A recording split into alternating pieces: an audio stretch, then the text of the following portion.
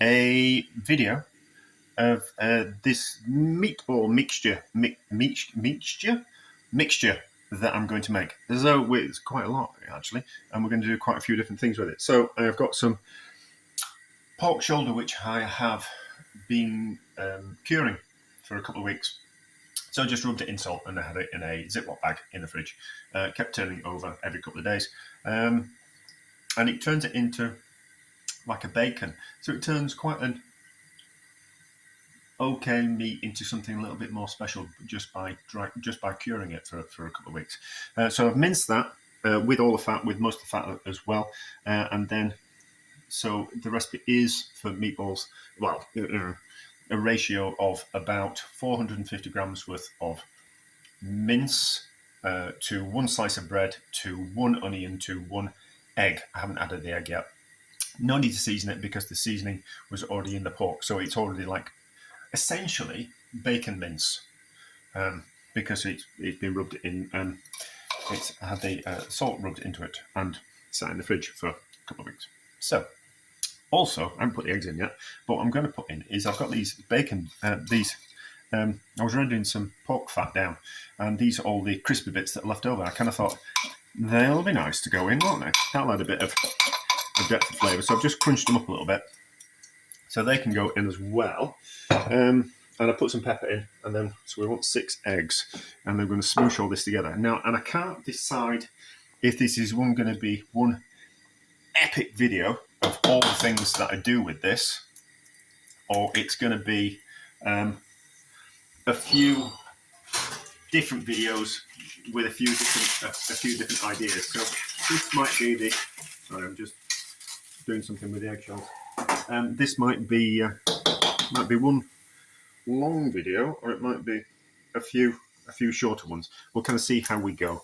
I'm quite aware of the length of my videos, but I'm also aware of the amount of videos that I produce. I've got so many videos coming out recently because I'm in the middle of this like epic project. So normally I'm about 2 months in front with videos, and I've got 3 coming out a week, something like that. At the moment, I'm over 2 months in front with videos, and I've got 1 coming out every day. So I've got like 60 videos worth of videos coming out over the next 2 months, which is ridiculous. But I've been making a lot of videos because I've got more time. So, right, that out of the way. That's a nice bowl, isn't it? Picked it up in the charity shop. So, mix all these together. So I minced it's fresh bread. So I've minced the bread at the same time we were doing the mince, and I also minced the onion as well, which made it a little bit easier. Rather than kind of chopping, just kind of quartered it and just put it through the mincer. And then pepper, and then we've put some thyme because we've got it in the garden as well. Oh yeah, so this is going to be part of the 10 simple ingredients. This is the big project that I've got on at the moment. So we're going to do some different things. I have a few ideas of what I want to do, and I'm just kind of out of interest. So I think it will be a few different videos, but all centering around what I'm going to do with this mixture. So I minced it all last night. It's because I'm busy today. Lots of kind of things to do today, and I was out for, well, not like fun stuff as well as hard jobs, but I was out for breakfast, and then I was out doing some gardening, and then I was a few appointments as well. So I just didn't have time. So I decided that what I'd do is I would do this last night. So there is about 3 kilos worth of meat, 6 onions, 6 eggs. Maybe it's a little bit wet, this. Oh, I'll do a little bit. See if we've got some more breadcrumbs somewhere. 6 onions, and then 6 slices of bread, and then 6 eggs, and then about 3 kilos worth of mince. It's a little bit wet. We'll have to see if we have got some breadcrumbs just to dry this out. We might just have to stop the video and see if we've got some crunched up dried breadcrumbs. Should have put less egg in, but it will firm up. It will firm up as the bread soaks up the liquid. But we might just add some more breadcrumbs. Yes, we'll find some kind of dried breadcrumbs somewhere that we will have, and we'll just crunch them up and just add a little bit more bread while we're here. I found some dried breadcrumbs. They'll do. So we can always Yeah, this will work.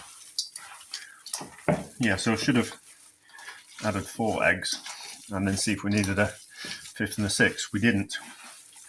They are, yeah, they are large eggs. I buy them in the local fruit and veg shop, so they are large eggs, whereas most recipes are normal, like an average size egg, but these are a little bit bigger, so that wouldn't have been a problem if they were a little bit smaller. But anyway, we can always adapt, can't we? Could always put a bit more bread in. So, yes, that's fine, and it'll firm up as we kind of go. So what I'm going to do is I'm going to make a couple of meatloafs. I'm going to do one cooked in tomato, and I'm going to cook one in the fake beef stock that I made out of bread and some vegetable stock. And it's kind of quite meaty, and I kind of thought it was kind of quite nice, and we'll see if it works as a vessel for cooking things. So, right, how do we do this without making a mess? We don't. So we have 2 containers. I'm just going to bake it in the oven. So we want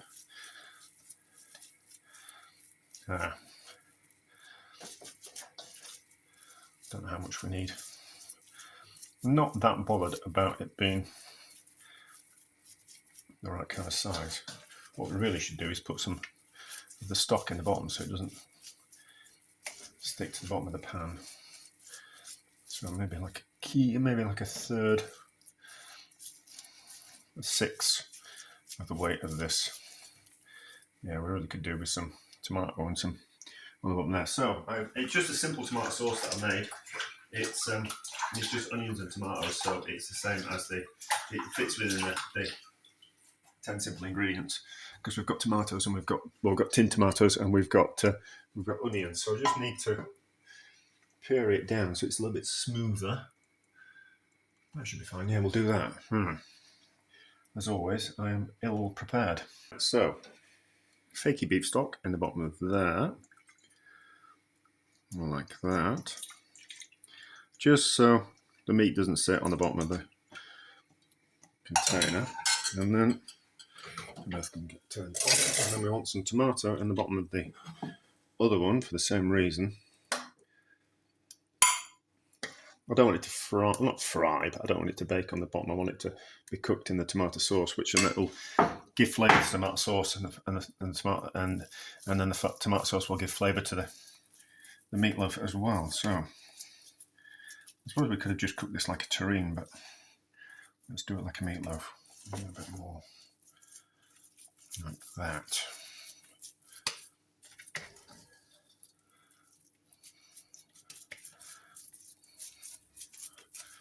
That feels about right.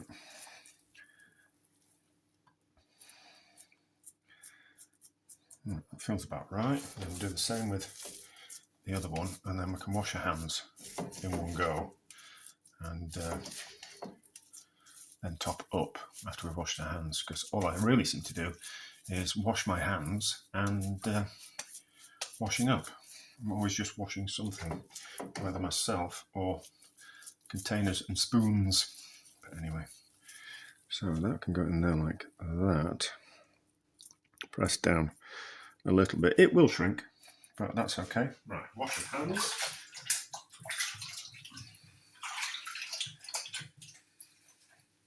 Dry of hands. That out of the way. And then stock on top like that.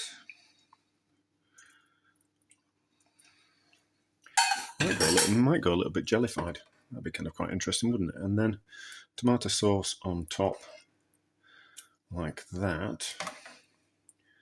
Now, tomato sauce is a little bit acidic, and stocks can be as well. So what you need to do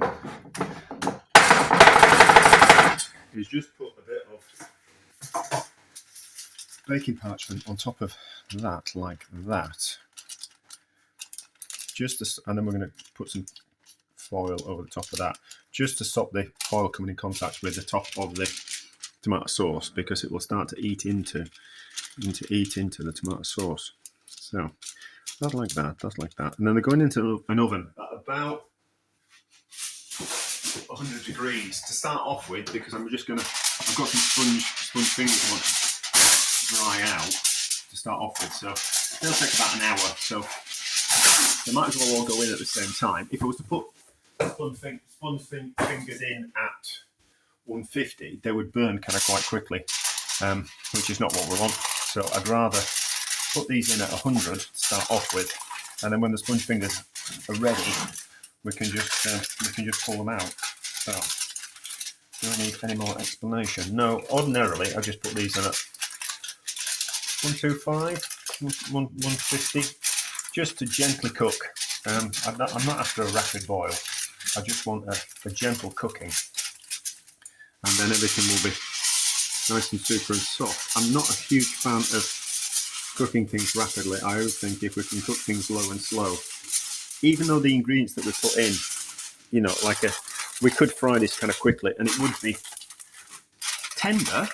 I just think low and slow, it just develops more flavour, and the things like fat want to break down properly, and all the bits of connective tissue as well want to break down, and you get that lovely gelatinous loveliness going into dishes that you're cooking. So,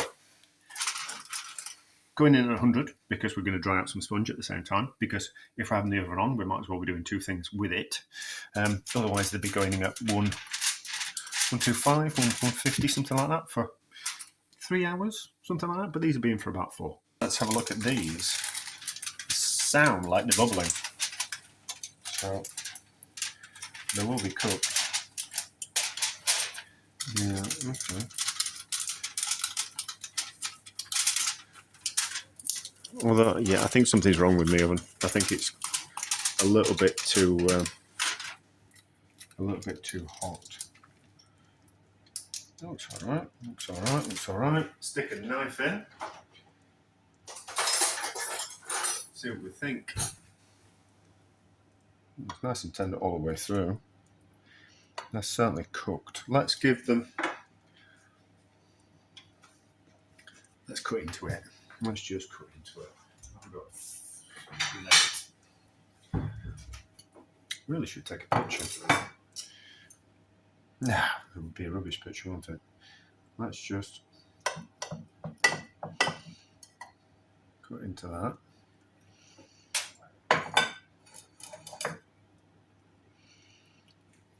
Oh, it's good.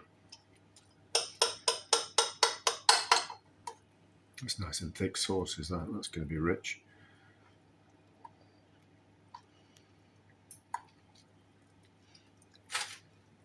They just need to slightly cool down so I don't burn my mouth, and then we'll be back. It will have cooled sufficiently. Let's have a taste and see what we think.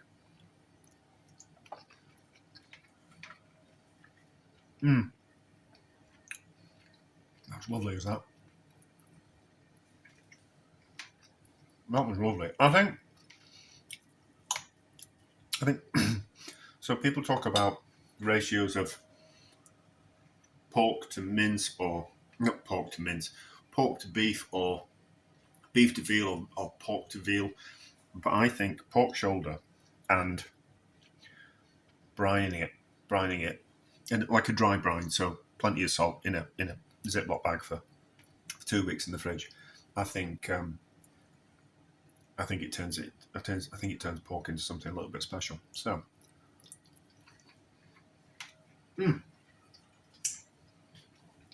they're both really good.